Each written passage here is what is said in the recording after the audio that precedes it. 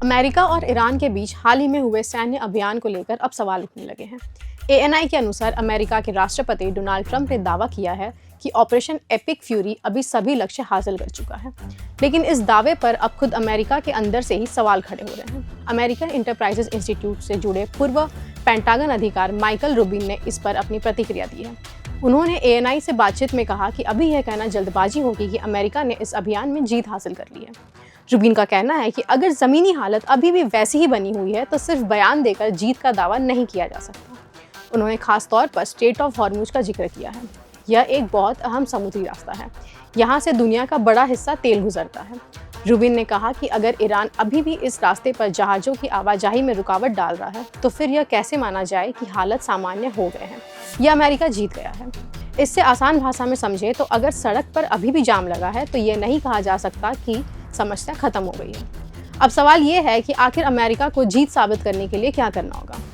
Rubin के मुताबिक इसके लिए 3 बड़ी चीज़ें ज़रूरी है। पहली बात, ईरान के पास जो परमाणु सामग्री है, खासकर यूरेनियम, उसे पूरी तरह खत्म किया गया या नहीं। अगर ईरान के पास अभी भी परमाणु कार्यक्रम जारी है तो खतरा बना रहेगा।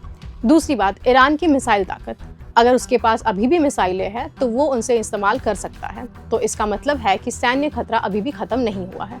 तीसरी और सबसे अहम बात, ईरान की सरकार का भविष्य, क्या वहाँ की सरकार कमज़ोर हुई है या बदली है, इस पर भी साफ जवाब होने चाहिए। रूबिन का कहना है कि समस्या यह है कि अमेरिका के लक्ष्य बार बार बदलते नजर आते हैं।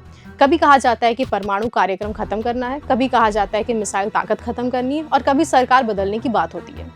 जब लक्ष्य ही साफ नहीं होंगे तो यह कैसे तय होगा कि मिशन पूरा हुआ या नहीं। यही वजह है कि रूबिन राष्ट्रपति डोनाल्ड ट्रंप के दावे से सहमत नहीं है। उनका मानना है कि सिर्फ बयान देने से जनता को भरोसा नहीं दिलाया जा सकता। अब इसका असर सिर्फ अमेरिका और ईरान तक सीमित नहीं है। अगर स्ट्रेट ऑफ हॉर्मुज में तनाव बढ़ता है तो इसका असर पूरी दुनिया पर पड़ता है, क्योंकि दुनिया का सबसे बड़ा हिस्सा तेल इसी रास्ते से आता है। अगर यहाँ दिक्कत होती है तो तेल की कीमतें बढ़ सकती हैं। तेल महंगा होगा तो पेट्रोल और डीजल महंगा होगा, पेट्रोल डीजल महंगा होगा तो ट्रांसपोर्ट महंगा होगा, और जब ट्रांसपोर्ट महंगा होगा तो रोज़मर्रा की चीज़ें भी महंगी हो जाएंगी। यानी इसका असर सीधे आम लोगों की जेब पर पड़ता है, चाहे वो अमेरिका में हो, भारत में हो या किसी भी देश में।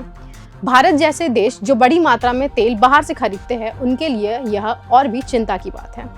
इस पूरे मामले में एक और बात साफ होती है, अगर किसी सैन्य अभियान के लक्ष्य साफ और तय नहीं होते तो इसके नतीजों को समझना मुश्किल हो जाता है। रूबिन की बातों में यह संकेत मिलता है कि अभी स्थिति पूरी तरह कंट्रोल में नहीं है। जब तक ईरान में परमाणु कार्यक्रम, उसकी मिसाइल ताकत और स्ट्रेट ऑफ हॉर्मुज की स्थिति पर साफ और ठोस बदलाव नहीं दिखता, तब तक जीत का दावा अधूरा ही माना जाएगा। यानी साफ शब्दों में कहे तो अभी तस्वीर पूरी तरह साफ नहीं है और सिर्फ दावे करने से जमीनी हकीकत नहीं बदलती। और ऐसी खबरों के लिए देखते रहे प्रभात खबर। मेरा नाम है खुशहाली। प्रभातखबर.com, विश्वास वही, रफ्तार नहीं।